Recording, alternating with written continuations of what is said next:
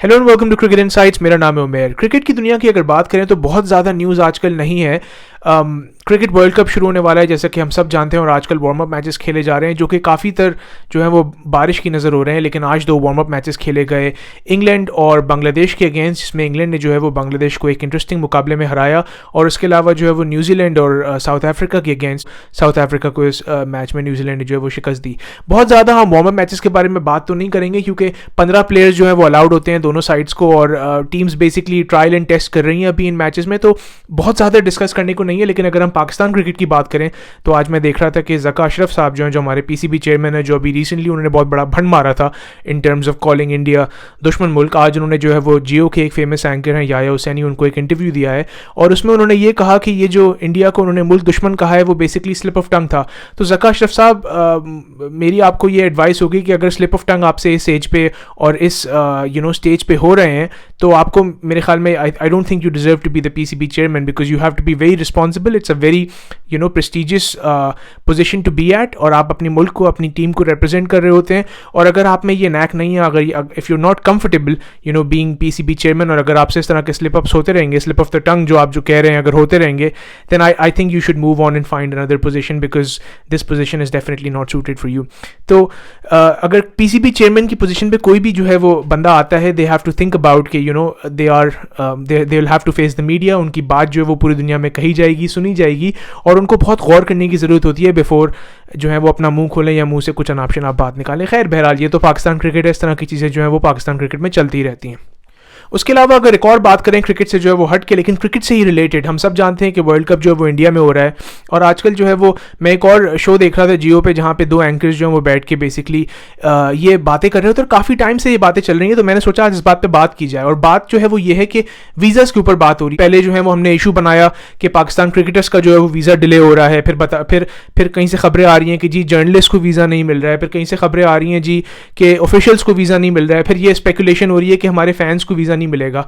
भैया देखें, बात सुने, किसी भी कंट्री में अगर आप जाते हैं उसके कुछ लॉज होते हैं, उसकी फॉरेन पॉलिसी होती है, उसकी वीज़ा प्रोसेसेस होते हैं, प्रोसीजर्स होते हैं जिनके थ्रू आपको गुजरना होता है। अगर आप अमेरिका, यूके का भी वीज़ा लगाएं तो उसमें भी टाइम लगता है, नहीं लगता क्या? अगर जो पाकिस्तानी परेशान है वीज़ा प्रोसेस से, भैया अगर आप अपना पासपोर्ट लेके अगर अमेरिका का वीज़ा लगाते हैं, आप सब जानते हैं कितना टाइम लगता है। फिर वो आपको, जब आप एयरपोर्ट पर जाते हैं, वहाँ भी जाके जो है वो आपको 1-2 घंटे बिठाया जाता है, आपसे क्वेश्चनिंग होती है। तो it's a part of American foreign policy कि उनको जो भी उनके एयरपोर्ट पे जाता है वो उनकी क्वेश्चनिंग करते हैं। सिमिलरली जो है वो इंग्लैंड जो है या यूके हो गया, वहाँ का जो प्रोसेस है वो डिफरेंट है। वो वीज़ा में टाइम लगाते हैं लेकिन आपको एयरपोर्ट पे इतनी क्वेश्चनिंग नहीं करते। तो इस तरह से हमें समझने की बेसिकली ये ज़रूरत है कि अगर भाई हम इंडिया का वीज़ा अप्लाई कर रहे हैं, इंडिया एक सॉवरेन इंडिपेंडेंट मुल्क है, अगर वहाँ का हम वीज़ा की कोशिश कर रहे हैं और वहाँ के वीज़ा में टाइम लग रहा है, तो जस्ट बिकॉज वर्ल्ड कप हो रहा है वो अपने वीज़ा प्रोसेस को एक्सपेडाइट करके या चेंज करके पाकिस्तान को वीज़ा नहीं दे देंगे जस्ट बिकॉज पाकिस्तानीज आ रहे हैं। जो उनकी पॉलिसीज़ हैं, प्रोसीजर्स हैं, उनको वो फॉलो करेंगे, चाहे आप हो चाहे दूसरे हो।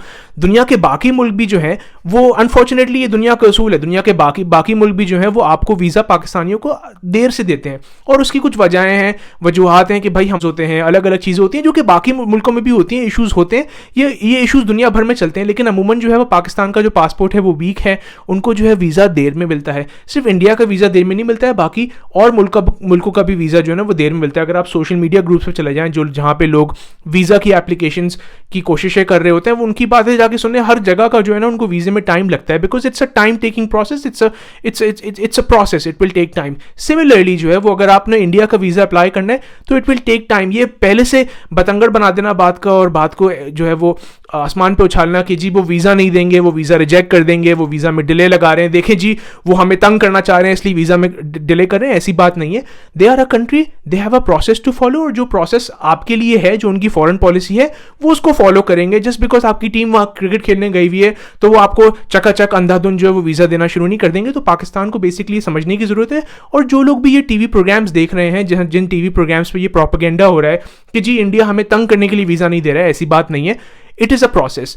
अगर आप इंडिया की बात हटा लें, अगर ऑस्ट्रेलिया में वर्ल्ड कप हो रहा होता, या यूके में हो रहा होता, या अमेरिका में हो रहा होता, अगले साल अमेरिका में होगा ना जी, आपका T20 वर्ल्ड कप, तो देख लीजिएगा कितने पाकिस्तानियों को कितने आराम से वीज़ा मिलता है। अपॉइंटमेंट ही नहीं मिलते भाई वहाँ तो वीज़ा के, अगर आप कराची से या इस्लामाबाद की एम्बेसी से जो है वो अप्लाई करने की कोशिश करें। तो you have to think about these things and you have to think rationally rather than कि भाई इंडिया है तो यकीनन उनकी तरफ से जो है वो कोई ना कोई जो है ना वो प्लानिंग होगी हमें तंग करने की या परेशान करने की। तो इस चीज़ पर गौर करने की ज़रूरत है। खैर बहरहाल आज इतना ही।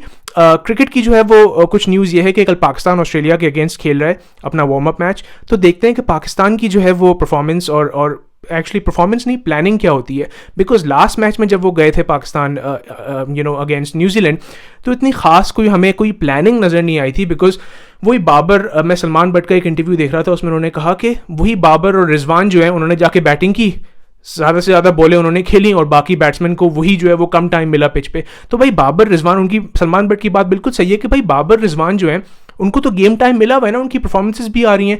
ये वक्त और ये मौका और ये मैचेस इसलिए हैं कि आप उन प्लेयर्स को मौका दें, जैसे फ़खर हो गए, शादाब हो गए, शादाब को बॉलिंग में, फ़खर को बैटिंग में, इफ्तिखार को बैटिंग में, जिनको कंफर्टेबल टाइम पिच पे नहीं मिला है। और अगर उनको ये टाइम मिल जाए अभी सिचुएशन से और कंडीशन से एक्लेमेटाइज होने का, तो पाकिस्तान टीम आगे जाके अच्छा कर सकती है। तो होपफुली कल जो ऑस्ट्रेलिया के अगेंस्ट पाकिस्तान का मैच है, देखते हैं कि बाबर आजम तो खैर उनकी जो प्लानिंग होती है वो दुनिया से हटके ही होती है, क्योंकि एक तरफ एनालिस्ट और बाकी लोग और कमेंटेटर्स कुछ कह रहे होते हैं और बाबर आजम जो है वो कुछ और कर रहे होते हैं। He is a very good player, but captaincy पे खैर चलें, वर्ल्ड कप के बारे में बात करेंगे। लेकिन hopefully sense will prevail tomorrow and वो कुछ जो है वो फ़खर को, शादाब को बॉलिंग में, फ़खर को बैटिंग में और बाकी प्लेयर्स को जो है वो पूरा मौका देंगे अपने 15 प्लेयर्स को, और उसके बाद जाके अपनी 11 की टीम बनाएंगे। तो देखते हैं कल क्या होता है। लेकिन प्लीज़ सब्सक्राइब करना ना भूलिएगा, कमेंट ज़रूर करिए अगर आप मेरी बात से डिसएग्री करते हैं, अग्री करते हैं, उसके बारे में भी कमेंट ज़रूर करिए। एंड देन चैनल को लाइक करना मत भूलिएगा। And thank you very much, have a good one, take care, bye.